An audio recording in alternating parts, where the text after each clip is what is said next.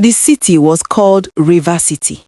People liked that name because a river passed through the city slowly, like it was watching everyone's life without judging them. River City was busy, noisy, and proud. Big houses stood beside old ones. Rich people and poor people shared the same roads, but not the same lives.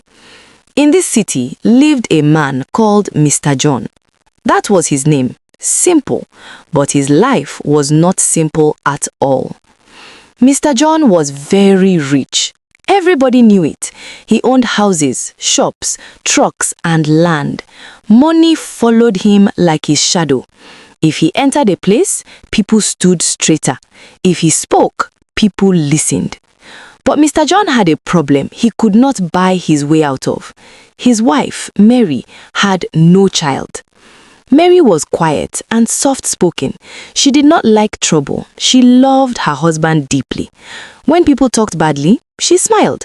When women asked questions, she laughed it off. When she went home alone at night, she cried quietly so nobody would hear. They had been married for 10 years. 10 years is a long time in River City. At first, people said nothing. Later, they started talking. Neighbors whispered. Family members advised. His mother prayed harder. Her own people asked if she had offended God, but Mr. John always defended her. "My wife is fine," he would say. "Children come when they want to." What nobody knew was that Mr. John was lying every day of his life. Long before he married Mary, when he was still struggling and hungry for success, Mr. John had gone to meet a man who knew strange things. The kind of man people pretend does not exist. That man told him something that entered his bones. "If you ever make your wife pregnant," the man said, "your mind will scatter. You will lose yourself. Your money will leave you. Your life will turn upside down." Mr. John did not believe it at first, but fear stayed with him. So after marriage, he did something terrible in secret, something Mary never knew. He went to the hospital alone, paid a lot of money, signed papers, made sure that no matter what, he could never make a woman pregnant. He told himself it was for love. He told himself it was for survival. At home, he pretended. He acted normal. He went for fake checkups. He blamed stress. He blamed work. He blamed time. He blamed doctors. He blamed everything except the truth.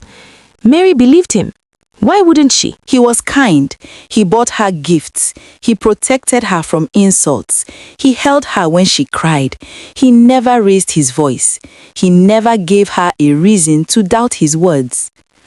But a woman can only wait for so long. Years passed.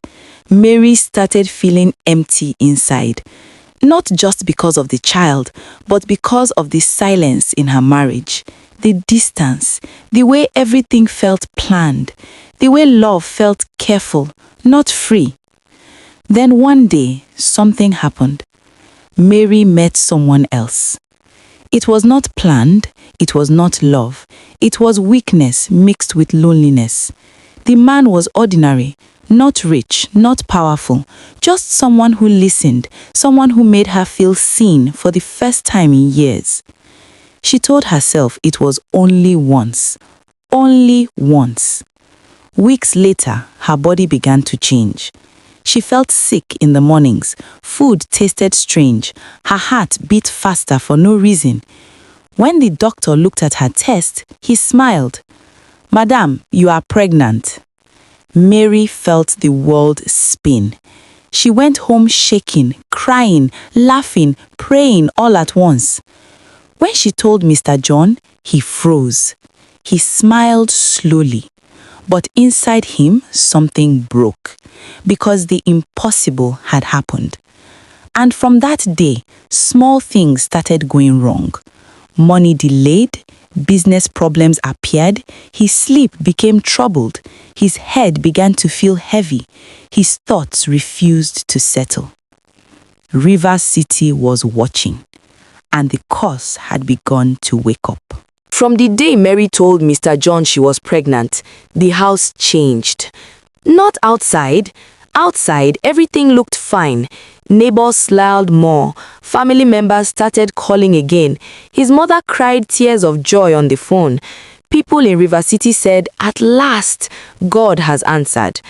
Inside the house, fear moved in. Mr. John would wake up at night sweating. His heart would beat fast for no reason. Sometimes he would sit on the bed and stare at Mary's stomach while she slept, like he was waiting for it to speak. He told himself it was stress, but deep inside, he knew the truth. This child was not his, and the warning he once ignored was now standing in front of him, breathing. At first, nothing big happened, just small cracks. One of his trucks had an accident on a road it had passed safely for years. A business partner delayed payment without explanation. A document went missing at the land office. His phone started ringing late at night with bad news. Small things, but they did not stop. Mary noticed him changing. He became quiet. His smile looked tired. He snapped easily. Sometimes he would forget simple things, where he parked his car, the name of someone he had known for years. She thought it was worry. She tried to be loving. She cooked his favorite food. She prayed more. She talked to the baby every night and told it how lucky it was to have such a good father. Each word stabbed him. As Mary's stomach grew, Mr. John's peace shrank. The city celebrated them. People came with gifts. Women who once mocked Mary now followed her around, touching her stomach, calling her blessed. Mr. John watched all of it, like a man watching a movie he could not stop. Then the dreams started. He would see water rushing through his house, carrying money away. He would see himself running through River City naked while people laughed. Sometimes he would wake up screaming, calling a name even he did not recognize. During the day, his mind would drift. In meetings, people would call his name twice before he answered. He began making strange decisions, bad decisions. Money was spent carelessly. Trust was given to the wrong people. People noticed. Boss is not himself, they whispered. Mary noticed too. One evening, she asked him gently, "Are you happy?" He did not answer. That silence stayed with her. As her pregnancy entered its later months, the pressure became heavier. His mother insisted on a big celebration after the birth. His friends joked about naming ceremonies. Plans were made without asking him. Inside Mr. John, something began to loosen. One afternoon, while driving, he suddenly forgot where he was going.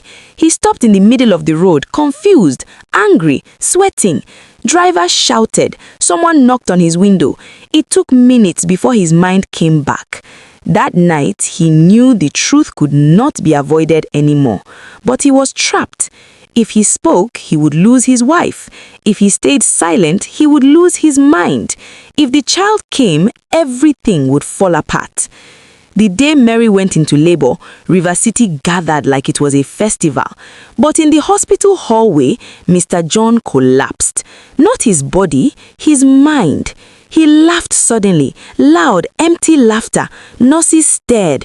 People whispered. He stood up and started talking to himself, arguing with someone nobody else could see. When the baby cried for the first time, something inside Mr. John finally broke free. His businesses started failing one after the other. Accounts emptied, court cases appeared. People he trusted turned against him. The big house felt cold and strange. Mary came home with the baby and found a man she no longer recognized. He would stare at the wall for hours. Sometimes he would shout that the child was not his.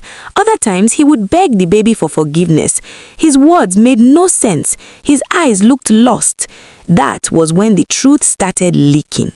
Doctors asked questions. Family members argued. Rumors spread fast in River City. Someone remembered the man Mary had once spoken too closely to. Someone connected the dots. Mary began to understand. Slowly, painfully. The child she thought would save her marriage had destroyed it.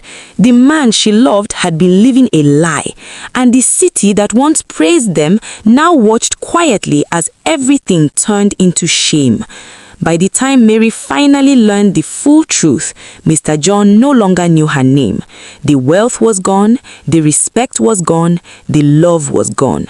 What remained was a lesson River City would not forget, that some riches are borrowed, some secrets are deadly, and some lies, no matter how small they begin, grow big enough to destroy everything. After everything fell apart, River City became quiet around the name Mr. John.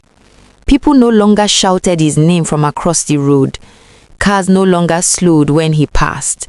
The gates that once opened for him stayed shut. The city moved on the way cities always do, without looking back. Mr. John was taken to a small house at the edge of the city. Not a hospital, not a mansion, just a quiet place where noise could not disturb him and he could not disturb others. Some days he was calm, some days he shouted at shadows, some days he cried like a child who had lost his way home. He never fully came back. Sometimes he would ask for his money. Sometimes he would ask for his wife. Sometimes he would ask why everyone had lied to him. Nobody answered. Mary's life became smaller. She moved out of the big house. She stopped wearing fine clothes. She stopped attending events. The women who once followed her now avoided her eyes. In River City, shame sticks faster than poverty. She raised the child alone. At first, she hated herself. Every time she looked at the baby, guilt washed over her like cold water. She remembered the moment of weakness, the lie she told, the way she smiled and said, "It is yours," when it was not. But the child did not know any of that. The child only knew her arms, her voice, her warmth. With time, love grew where guilt once lived. Mary learned to forgive herself slowly, not completely, but enough to breathe again. She learned that loneliness can push good people into bad choices. She learned that silence in a marriage can be as dangerous as hatred. Sometimes, late at night, she would sit by the window and look toward the part of the city where Mr. John lived. She never went to see him again, not because she did not care, but because some wounds do not heal by reopening them. Years passed. River City changed. New rich men appeared. New stories replaced old ones. Children grew. Roads expanded. The river kept flowing. But elders still told the story quietly. They said there was once a man who had everything except courage, a woman who had love but lacked truth, and a lie that was strong enough to destroy wealth, marriage, and sanity. They said riches without peace are a trap. They said secrets rot the heart. They said fear, when fed, becomes madness. And somewhere at the edge of River City, a man still sits sometimes, staring at his hands, trying to remember when his life slipped away. The river flows, the city lives.